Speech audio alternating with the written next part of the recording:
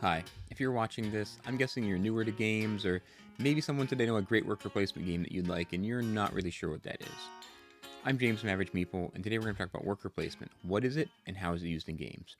I'm going to be using 3 games, A Feast for Odin, Lost Ruins of Arnak, and Lords of Waterdeep to showcase examples of worker placement. But first, let's talk a little bit about what worker placement is. You might find that you're already familiar with it. If you've ever been on a team, either at work or at home, maybe a school project, you've probably experienced worker placement. Worker placement is an assignment of tasks or jobs to a set of workers. In worker placement games, you act as the managers that's assigning out these roles. Think about maybe at home, we need to clean up the house. Maybe one person does the dishes, one person is vacuuming, and another needs to take out the trash. These are tasks that you might assign to workers. Each one has some sort of reward associated with it, typically in games, whether it be resources, an ability to do an action, or money. Now, one thing that's different is players are sort of competing over these roles. Typically, if I assign a worker to an action, my opponent cannot assign a worker to that action because that action is already being done. But instead of me talking about it, let's go to the table and see some action. In this game, Lords of Waterdeep, players take turn assigning their workers to various locations to gain those resources or perhaps those abilities. In this case, green is the starting player and will go first. Green decides to go here and play a card from their hand. Next, blue goes and decides to go here to acquire 1 purple resource. Red really wanted a purple resource but is now blocked by the blue player, so they decide to go here to become the starting player for the next round and also draw a card to their hand.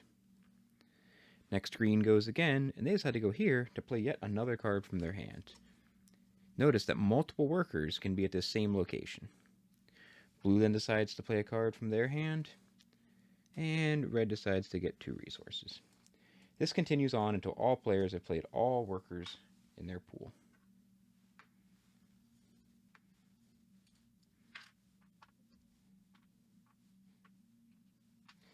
Now that all players have played all of their workers, the round ends, and players recollect their workers, and play begins again in a new round, starting from the starting player.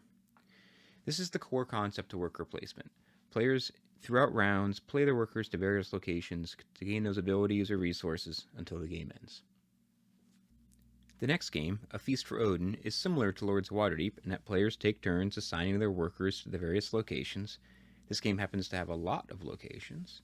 However, the key thing I want to call out in this game is that the different locations require a different number of workers, each column requiring 1, 2, 3, or 4 workers.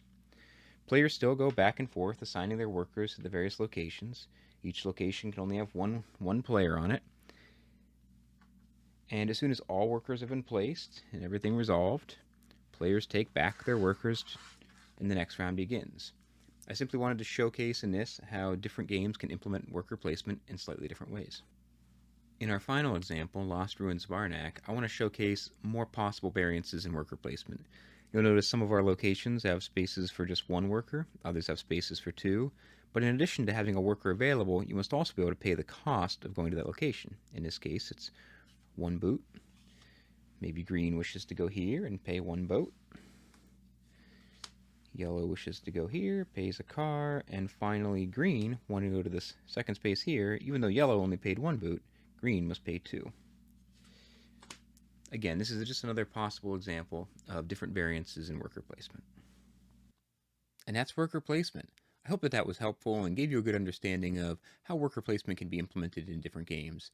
If you enjoyed this video, please consider subscribing or checking out other content, and please head over to our website, averagemeeple.com, to see some of the other things that we have going on. Thanks, have fun, and keep gaming.